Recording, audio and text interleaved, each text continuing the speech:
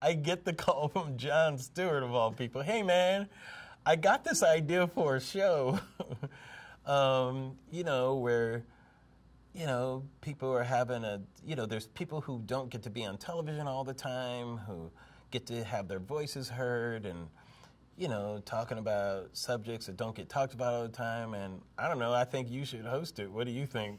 Okay.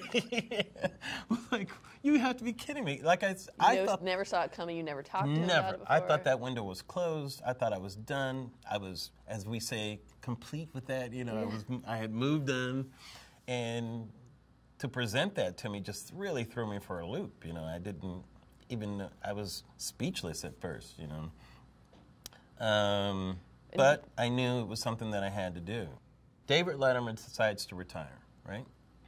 Kenya Barris says, yo, man, Larry, oh, man, you gotta replace Letterman, man. You would be perfect. I'm like, Kenya, nobody's thinking about me. Okay, goes, Larry, you have to do it.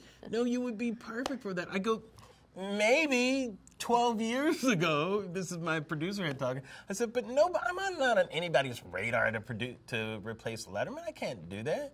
Nobody cares about me. And so we joked about it a little bit, And then it gets announced that Steven is replacing Letterman. And Kenya once again goes, you have to replace Colbert. He says, you have to do that, man.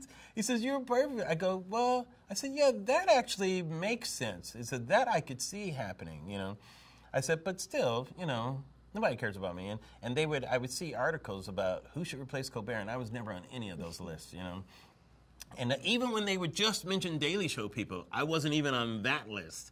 It was so insulting as far as I was concerned.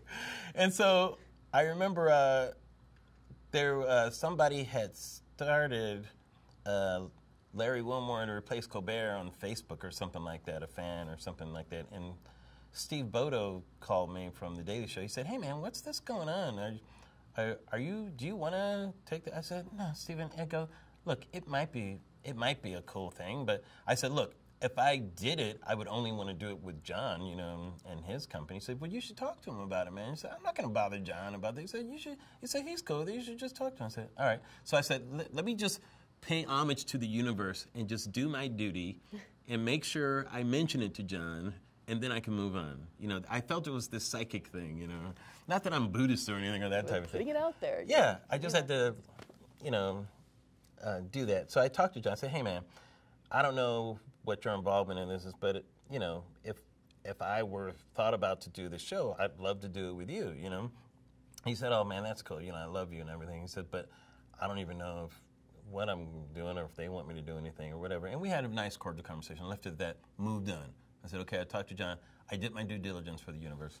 But then when Jon later had an idea, like about a month later or so, I don't know if because of that conversation or whatever, what he thought of me, but he called me and that happened.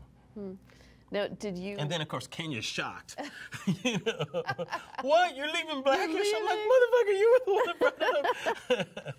Everything that I ever learned in showbiz, I had to do in the nightly show, with the exception of the type of storytelling I did, like in the Bernie Mac show and that type of thing, But learning to deal with the network and work in a room and all that stuff.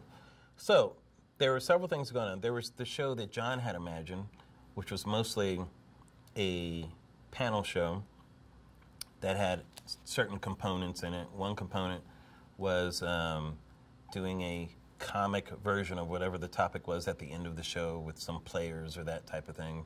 Jon had more of a idea of it more being me leading a panel through the whole show type of thing, I felt that if I'm going to do this show, I felt it was very important for the audience to hear from me. Mm-hmm. And I thought if I did a pure panel show, the audience never really got to hear from me. I was servicing other people all the time, which is fine. I can be a ringleader. But I thought, if I'm going to be doing a show, people should know how I feel about stuff. Mm-hmm. So in the creation of it, we thought I need to have that first part of the show where I'm weighing in. So that squeezed the panel part of it a bit, so then it became a little different. So it was figuring out, okay, well, how are we going to do this type of thing, And, you know, shows are very difficult to create and the thing that I always say when I talk to writers about this is you have to know what your show is about. And if you need to be able to express it very simply, and every part of your show should have the DNA of that expression in every single scene. Right. Like in the Bernie Mac show, the expression was, children are terrorists, I don't negotiate with terrorists. And that's what the show is about, said very simply. It's in the DNA of every single scene. You could pick out any scene in the pilot, dealing with terrorism is what Bernie is doing on that show, you know. I didn't have that for the nightly show. I couldn't figure out what it was about. I knew what John wanted to accomplish, what I wanted to accomplish, and I knew that, you know, it's current, topical, but what is it exactly? Mm-hmm. These are questions I have to answer for myself as a producer. Otherwise, I don't know how to produce this thing. And your name's on it. Yes, and you get into a position where the show becomes chaotic. And what chaos means in a television show is that nobody really knows what it's about, and the most important opinion rules the day, but it doesn't mean it's the right one. So you can't really judge anything for the merit of it. You can only judge by the hierarchy, mm-hmm. which is a horrible way to run a show.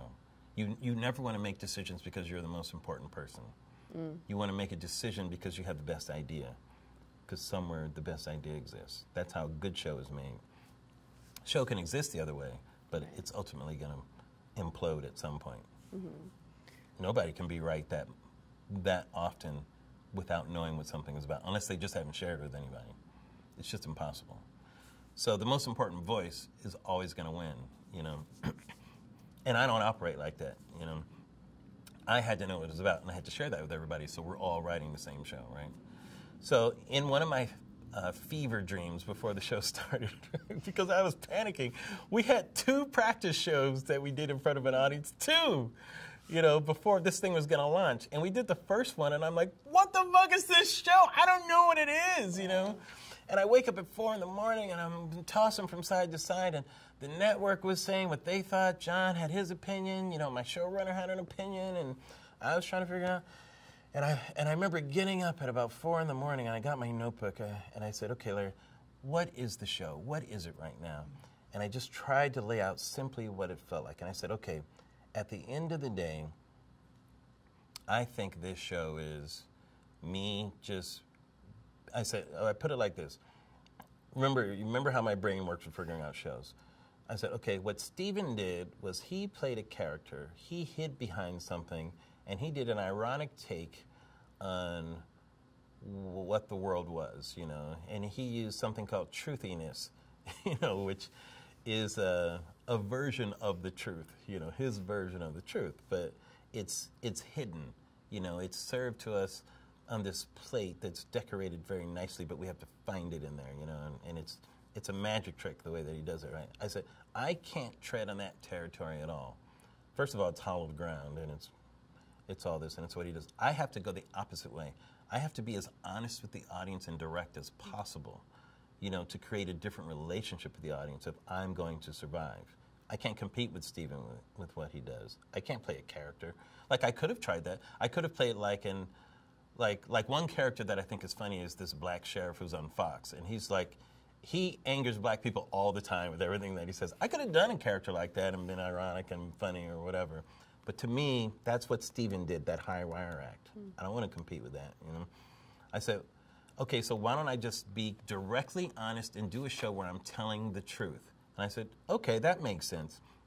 This is what I'm doing at 4 in the morning. I go, okay, that makes sense. I said, how can I express that simpler? I go, okay, your show, Larry, is about you're keeping it 100% real. So you're keeping it 100. I said, okay, I'll put that in the DNA of every part of the show where I'm keeping it 100 all the way through. The audience knows what I'm doing. And I said, okay, well, actually, that made me think of a game called Keeping It 100. And I thought, what if we played a game at the end where I made other people keep it 100? You know, and I go, oh, that's funny. So then I shared that with everybody the next day. And I said, okay, everybody's opinion stops right now. I said, I'm Kobe Bryant. I got the ball. It's the 4th quarter. I'm going to win this game for us, everybody. Just hop on my back. Here's what the show is about. It's about keeping it 100% real all the time. That's what we're going to do in this show. Whether we're talking about whatever subject, doesn't matter. We're going to tell the truth, all right? I said, and then I told them about the game, keeping it 100, you know. And so we tried it out that night. It was our last test show, and it worked. And we're like, yes, now I know what the show is about. Now I can live or die with this. Right. If I fail, it's okay, because at least I know what it is now. So once I had that, I knew what the show was, and that's how we started.